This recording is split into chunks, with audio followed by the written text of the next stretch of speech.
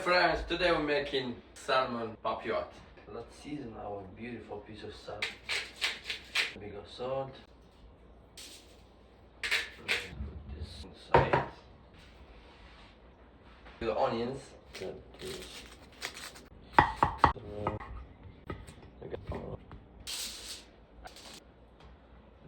We're gonna cut one garlic. Now in the top.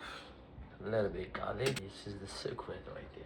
A little bit of salt, black pepper, a little bit of olive oil.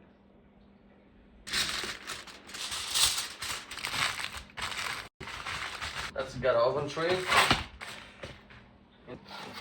in the oven.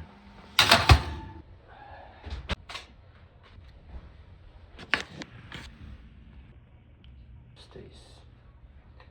Let's put everything right there. Add a bit of garlic powder, black pepper, a bit of salt.